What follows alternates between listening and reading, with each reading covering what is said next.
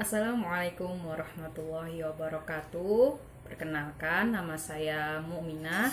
Saya salah satu mahasiswi ST Al-Falah Banjarbaru, jurusan Pendidikan Agama Islam. Nah, video ini saya buat untuk memenuhi tugas final tes psikologi umum yang diampu oleh Ibu dosen Siti Raiyati MPSI. Beliau menugaskan kepada kami yaitu tentang mengobservasi dan mewawancarai orang yang ada di sekitar kami. Nah, saya mengobservasi dua orang yang berbeda, yaitu yang pertama teman saya yang bernama Reni Saputri Limadani. Setelah saya mengobservasi dia, saya memutuskan untuk mengambil tema psikologi belajar. Nah, yang satunya lagi saya mengobservasi salah satu ibu guru sekolah dasar, yang mana beliau masih salah seorang keluarga saya juga, yaitu Ibu Syarkiyah SPD.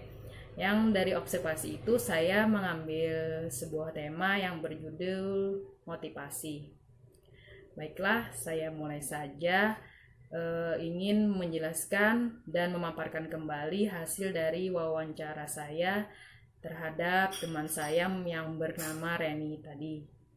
Saya bertanya kepada teman saya itu, yaitu yang pertama,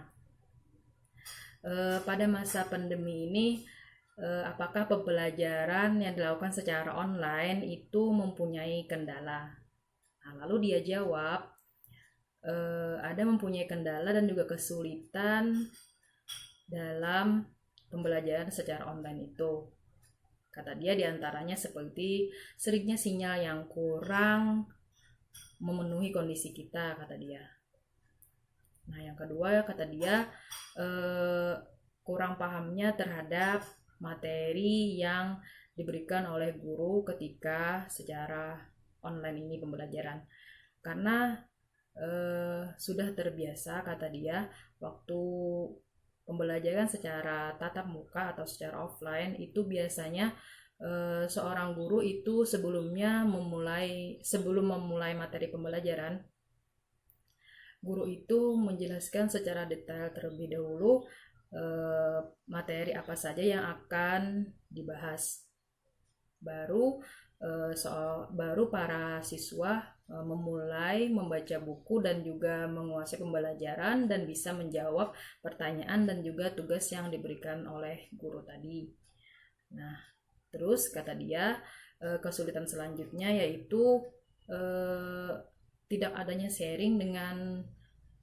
kurangnya sharing dengan siswa-siswa yang lain, kata dia, secara online ini. Kalau secara tatap muka itu, kata dia, lebih bisa sharing dengan para siswa yang lain. Kalau secara online itu kurang. Akhirnya tidak adanya tukar pendapat, pengembangan masalah, dan juga tidak adanya diskusi secara berkelompok, dan akhirnya lebih terfokus dengan pendapat sendiri. Nah, yang pasti itu kan kesulitan atau juga bisa kita bilang adalah kekurangan dalam belajar online. Nah, selain itu ada juga mempunyai kelebihan. Jadi belajar online ini, kata dia, ada juga mempunyai kelebihannya, yaitu untuk membiasakan kita menguasai teknologi. Karena dengan belajar secara online itu siswa mulai memahami, seperti contohnya memahami pemecahan masalah, mencari materi masalah seperti di Google, di YouTube, dan juga akhirnya siswa lebih bisa diajarkan untuk lebih mandiri dalam memahami dan memperkaya materi pembelajaran. Nah, selanjutnya yaitu pengembangan masalah dan juga pemecahan masalah suatu pembelajaran itu lebih banyak terpaut dengan teknologi yang ada sekarang ini. Nah, selanjutnya saya bertanya lagi kepada teman saya tadi, apakah belajar di rumah itu lebih melelahkan ketimbang belajar di sekolah? Nah, lalu dia jawab, belajar di rumah itu lebih melelahkan ketimbang belajar di sekolah. Kenapa kata dia lebih melelahkan? Karena kalau di rumah itu lebih terfokus ke lebih terfokus kepada diri sendiri, dan juga lebih terfokus kepada satu tempat dan juga satu benda, seperti lebih terfokus kepada HP saja. Nah, kalau di sekolah itu lebih bisa sharing kepada teman-teman, lebih bisa memecahkan suatu masalah materi pembelajaran kepada teman yang lain. Nah, yang mana itu membuat seseorang tidak jenuh dan lebih asik dalam belajar karena bersama teman-teman yang lainnya. Nah, terus saya bertanya lagi satu pertanyaan. Karena tadi kan ada kesulitan dalam belajar secara online dan juga merasa lebih lelah belajar di rumah. Nah, lalu saya bertanya bagaimanakah mengatasi dua permasalahan tadi agar tidak merasa ada kesulitan ataupun juga mengurangi kesulitan belajar secara online tadi, dan juga bisa mengurangi bahkan menghilangkan rasa lelah saat belajar di rumah.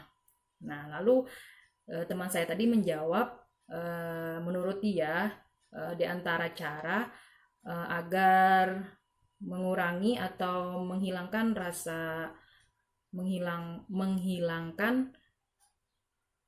kesulitan belajar tadi, yaitu dengan cara banyak belajar terlebih dahulu. Yaitu kata dia mempunyai beberapa pegangan buku dan juga beberapa modul pembelajaran yang akan dipelajari. Nah, jadi dia mempelajari terlebih dahulu sebelum guru nantinya memberikan materi pembelajaran kepada dia. Nah, lalu dia akan bertanya kepada guru tentang apa yang telah dia pelajari yang belum dia pahami. Nah, mungkin itu kata dia untuk mengatasi kesulitan saat belajar online di rumah. Nah, selanjutnya untuk mengatasi rasa lelah belajar di rumah, kata dia yaitu kalau kata dia bisa dibawa refreshing seperti mendengarkan musik atau rekreasi ke tempat wisata dan lain sebagainya. Nah, itu bisa menguatkan mental kita, kata dia, untuk lebih semangat belajar di rumah. Nah, sedangkan selain mental, kita pun juga harus, kata dia, memperkuat selain mental yaitu tubuh juga, yaitu dengan cara berolahraga agar tetap bugar dan sehat. Dan juga jangan lupa sebelum pembelajaran dimulai tubuh kita harus fit, yaitu berarti kita harus mengkonsumsi makanan dan minuman yang bergizi. Nah, mungkin itu untuk hasil wawancara tentang psikologi belajar.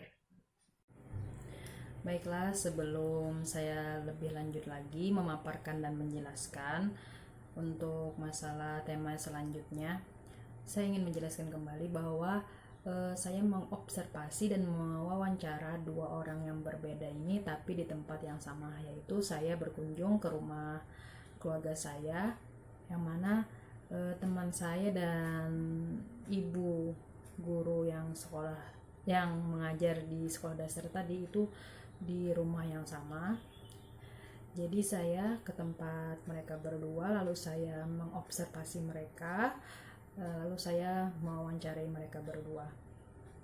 Baiklah, tadi saya sudah menjelaskan dan memaparkan hasil wawancara saya terhadap teman saya tentang psikologi belajar. Nah, selanjutnya saya ingin memaparkan dan menjelaskan hasil wawancara saya dengan salah satu ibu yang mengajar di sekolah dasar yang bernama Ibu Syarkiah SPD, yang mana beliau juga masih termasuk keluarga saya. Nah, saya bertanya kepada beliau tentang motivasi. Saya lebih mengemukakan tentang motivasi mengajar. Nah, tetapi saya bertanya terlebih dahulu kepada beliau. Pertanyaan saya, menurut Ibu apa sih motivasi itu? Lalu beliau jawab, kata beliau, motivasi itu suatu dorongan untuk melaksanakan sesuatu agar tercapainya suatu tujuan. Nah, itu kata beliau tentang pengertian motivasi. Nah, lalu saya bertanya lagi kepada beliau, apakah perlu seorang guru itu memberikan motivasi kepada siswanya, dan kalaunya perlu, apa alasannya? Nah, beliau jawab, memberikan motivasi kepada siswa itu sangat diperlukan. Nah, kenapa demikian? Karena kata beliau, terkadang siswa itu dia ingin diperhatikan, ingin dihargai, ingin disayangi, walaupun sebenarnya siswa itu dia telah mendapatkan kasih sayang, perhatian dari orang tuanya di rumah.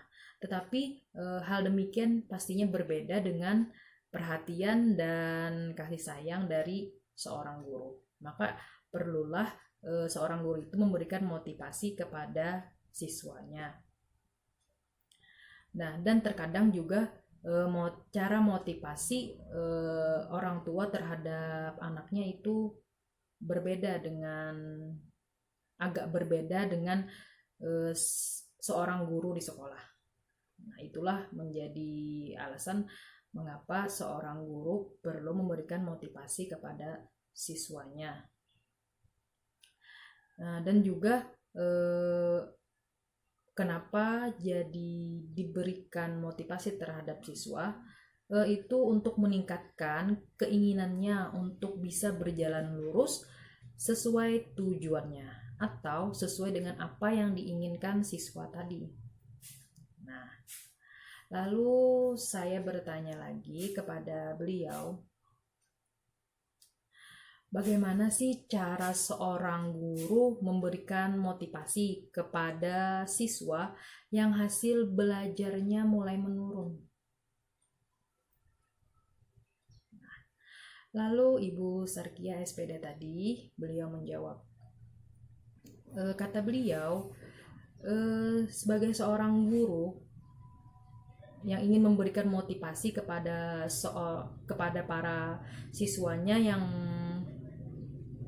hasil belajarnya menurun, maka kita sebagai guru, kata beliau, harus pendekatan kepada siswa tadi. Kita cari permasalahannya, mengapa siswa tadi mengalami penurunan dalam pembelajaran. Nah, apakah faktor keluarga seperti kurangnya perhatian dari orang tua, atau faktor kelelahan karena banyaknya tugas di rumah, atau mungkin tidak ada keinginan, tidak ada dorongan dari diri mereka sendiri. Nah, itu kata beliau yang perlu diketahui terlebih dahulu agar bisa mengatasi dan bisa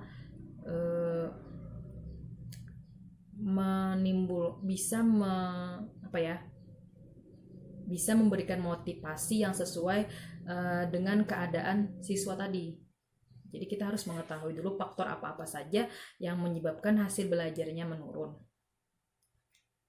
Nah, lalu kata beliau, bisa saja juga dengan cara ketika pembelajaran itu lebih banyak memberikan tanya jawab terhadap siswa. Nah, itu mungkin memberikan cara agar lebih mengetahui apa sih sebenarnya permasalahan mereka, dan juga untuk membuat mereka lebih termotivasi untuk saling sharing dengan teman-teman yang lain. Nah, lalu bisa juga dengan cara, kata beliau, memanggil orang tuanya. Nah, lalu memberikan masukan kepada orang tuanya bahwa anak mereka seperti ini. Nah, lalu meminta kepada orang tua siswa tadi agar memberikan mungkin perhatian yang lebih banyak lagi terhadap anaknya, memberikan motivasi yang lebih banyak dan lebih baik lagi agar eh, apa ya, agar siswa tadi hasil belajarnya lebih baik lagi, lebih meningkat lagi. Nah, mungkin itu hasil wawancara saya terhadap Ibu Sarkia SPD tentang motivasi mengajar. Salah hilapnya saya mohon maaf apabila ada kekurangan dalam hasil observasi dan wawancara saya ini. Akhir kata, wassalamualaikum warahmatullahi wabarakatuh.